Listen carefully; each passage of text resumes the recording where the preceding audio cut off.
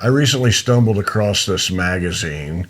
It had Tom Waits on the cover, so I picked it up and was checking it out. It's Word Magazine from the UK, December 2006 issue, with a cover story and interview with Tom Waits. And I started reading it. This is a really great interview.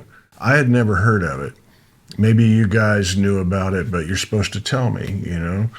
We're supposed to tell each other about these things. That's how we find out about the good stuff 20 years later. This is an interview done by Mick Brown, and I was pretty excited when I first read that because I thought maybe it was my buddy Mick Brown in Brighton who manages Ian Hunter, Dan Baird, Warner Hodges, you know, but it's not the same one. I had to do a little bit of digging. But this is a great interview. So Tom starts talking about how he believes that there are hierarchies in music. It's asked, who's at the top of your hierarchy? And he says, gee, well, there's a lot of people. That's a big room. I'd say the Gershwins, Bob Dylan, Louis Armstrong, Ray Charles, Howlin' Wolf, people like that, giants among men, Judy Garland and Bessie Smith and Billie Holiday. I think it's beautiful that all of those people that Tom Waits names as being in his hierarchy, you could hear all of that in his music, and that's not always the case. And then later in the interview, he talks about he's reading Kerouac and setting it to music, and then also did the same thing with Bukowski. I think it's a poem called Nirvana, which is beautiful. And but they ask about Bukowski, idealism of Bukowski's life. How we think about it, we'll say. And Tom Waits says, well, none of us really know what Bukowski's life was like. We know what we've read and what we gathered from the work and what we've imagined. Essentially, there's backstage and there's onstage. When you're a performer, you know what we allow you to know, which there's a lot of wisdom in that.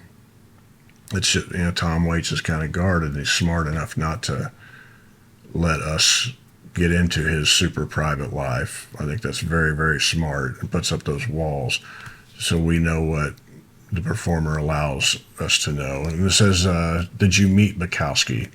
He says a couple of times. It's like when I met Keith Richards. You try to match them drink for drink, but you're a novice. You're a child. You're drinking with a roaring pirate. Whatever you know about holding your liquor, you'd better let go of it right now. So I thought I could hang in there, but I wasn't able to hang in there with either one of them. They're made out of different stock. They're like dock workers. But it was interesting. I met Bukowski at his house. Barbet Schrader, I hope that's how you pronounce that, Barbet, Schrader, was a friend of mine, and they tried to get me to be in that movie, Barfly, playing Bukowski. So Tom's claiming that they wanted him to star in Barfly. They ended up getting Mickey Rourke. He says they offered a lot of money, but I just couldn't do it. Plus, I didn't consider myself a good enough actor to do something like that. But Bukowski, I guess everybody, when you're young and you enter the arts, you find father figures. For me, it was more profound because I had no father, no operating father. So I found other men that supplied all of that for me. I was looking for those guys all the time. And man, what a crazy, if Bukowski's your father figure. That's a crazy one. But he talks about when he was a kid, going to his friend's house and hanging out while everybody's out shooting basketball. He's inside the den listening to Bing Crosby records with their dad, you know, or Sinatra, and listening to what it's like to be an insurance salesman for 30 years. And they'll be like, come on out, Tom. And he's like, no, I'm in here having dad time, which is pretty open. That's a little more than I remember from Tom Waits interviews. Really good stuff. Tom Waits is a great storyteller, a very interesting person, a great collector of anecdotes and sub-references. So a great example of his storytelling is Tom talking about religion and an experience that he had. And I figured I'd share that with you guys. This is Tom Waits. He says, I always thought religion should be more visceral and that you should get beat up a little by it, you know? I was hitchhiking through Arizona. It was New Year's Eve, and I got stuck in a little town called Stanfield, Arizona. You think Arizona's hot, and January it's 10 below zero, and I'm not getting any rides. I'm about 17 years old, and an old woman named Mrs. Anderson comes to the sidewalk, and I'm with my good buddy Sam, and she says, it's getting a little cold. It's getting a little dark. It's New Year's Eve. Come on inside the church. And they set us down in the back of the church, and it was all Pentecostal. They had a band up there, 2 Mexican guys and a black drummer and an old guy on the guitar. Very weird. And a boy about 7 playing piano.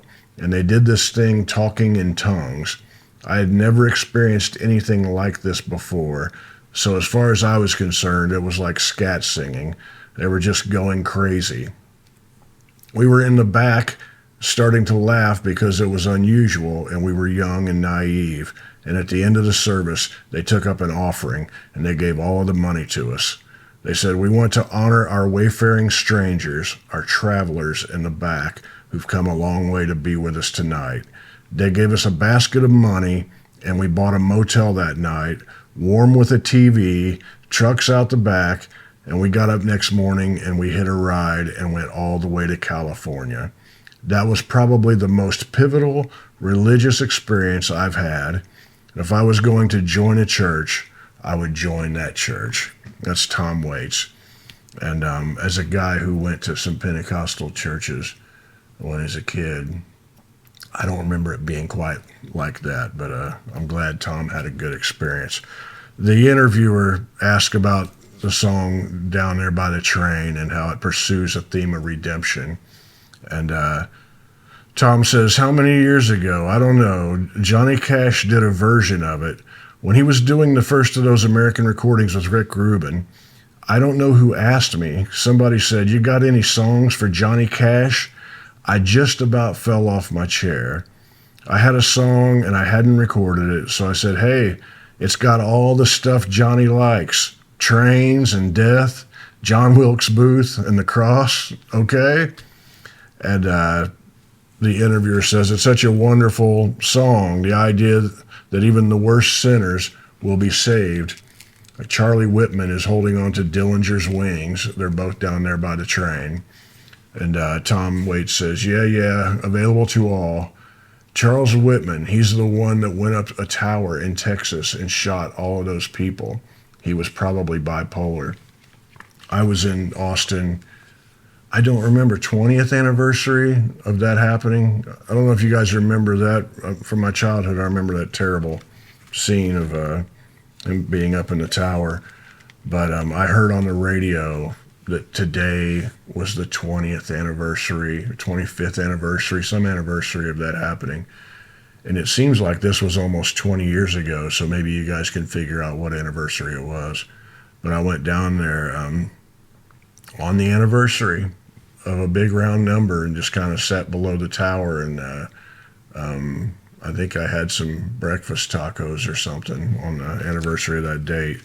And Tom just kind of reminded me of that a little bit. But Tom reached in his bag and pulls out a copy of his new album. And Tom had collected famous last words of dying men. And he says Oscar Wilde's last words was either that wallpaper goes or I do. Isn't that beautiful, says Tom. That at the final moment, he could still be witty. He'd leave you with his wit. I dug at W.C. Fields. On the whole, I'd rather be in Philadelphia. That was W.C. Fields' last words. He was so paranoid because he grew up poor and he put money in hundreds of banks all over America. Every time he was on the road, he'd put money in a bank and he'd make up a name for the account. And when he died, he was penniless, but he had millions of dollars, apparently all spread out, and he'd forgotten the names. They're probably still there. He says, what else we got here? Queen Elizabeth was annoyed by her red nose. Her attendants were accustomed to powder it every few minutes to keep it presentable. And Tom says, wow, that's something else. that's not too bad of a job to have. We all should have somebody to do that. I don't know, have you guys heard of this magazine, Word Magazine from the UK? Maybe you have. It was new to me. I'm going to look up more issues and see if I can find them. They went under sometime in the last 15 years or so, something like that. I don't know. But I enjoyed it very, very much. When I talk about Tom Waits on the channel, in the past, it really didn't get that much interest. I didn't think people really enjoyed it that much, but I love Tom Waits, and he's one of my all-time favorites. So I'm going to keep talking about him whenever I find something interesting. So maybe if you guys enjoy that and you dig Tom Waits, you can share this with a friend and turn them on, and a few more people will find out about it. In the spirit of trying to hang with Keith Richards drinking or whatever, I'm going to share a story right here with my buddy Chuck Mead, who got to hang out one weekend with Keith Richards and tried to keep up the best he could. It's really good and fun stuff. I'm going to share it right here, and I will see you guys somewhere down the road. Much love to you.